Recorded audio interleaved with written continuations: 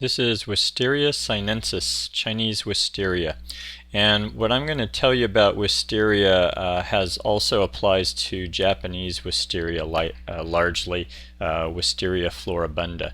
Because I'm speaking about this in the context of design, the differences in the two types isn't really critical to what I'm going to address.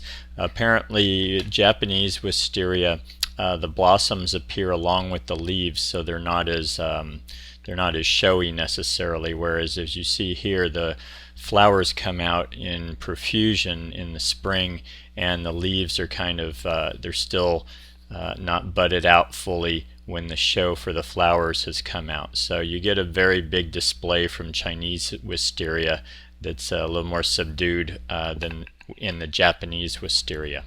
So as you can see here on this large wall, that's a very typical way to use wisteria historically.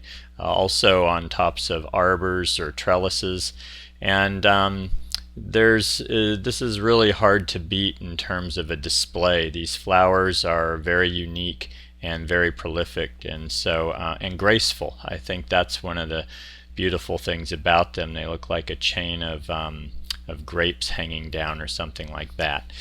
But what you can see here too is that these are very large plants, and as a designer it's hard to find a spot where I feel comfortable using this plant and think that somebody will be able to keep up with it or maintain it. So when deciding where to use it, I would say that containment is a big deal. Here you see it on an arbor, and that's the most typical way to use this. You also see to the left that the trunk or trunks of this are quite large, and one of the nice things about these, they're very long-lived plants. I mean, they can live over 100 years, so if you use one, that's one of the beauties, is you don't have to worry about it being short-lived. That, along with very easy to grow. These are not finicky plants, they're super easy to grow, and if anything, they're a little too easy.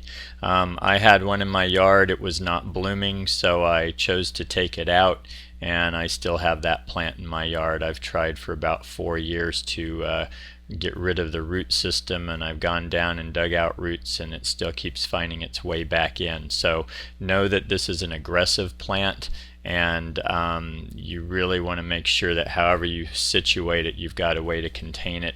And also know too that it will need maintenance. If you put it on an arbor, we typically want people to go in every year to 3 years and do a heavy pruning on an arbor to thin out dead wood, and also just open it up a little. These can really mound up on themselves, so that can become, the space underneath can get really dark. If you're using it as a patio cover, I'm not a big fan of that. We tried it years ago, and that job, the patio got so dark that nobody wants to use it. So as a designer, I like to use it more like you see on this trellis here, where or a pergola, where people aren't spending a lot of time and there's indirect light coming in from the sides.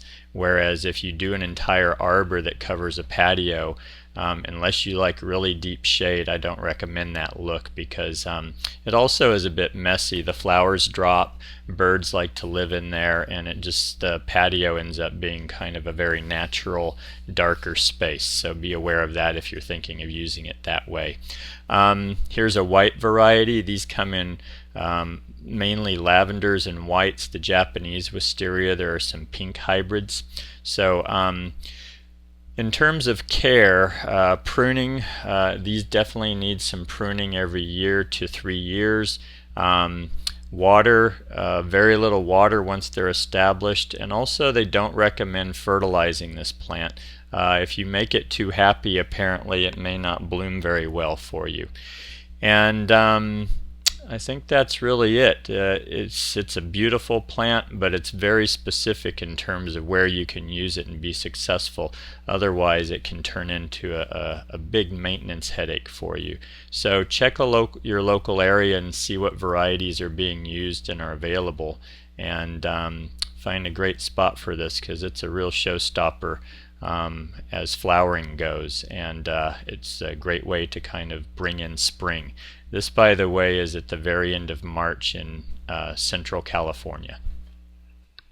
In design, one of the things I'm always asking is how long of a show am I buying into here?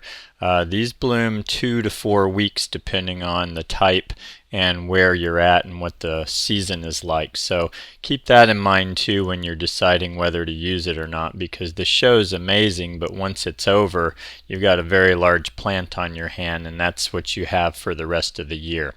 Also, some of these are quite fragrant. I lived in a place that had very fragrant ones part of the when they bloomed as well. So something else to think about is fragrance, and that is Chinese wisteria, Wisteria sinensis.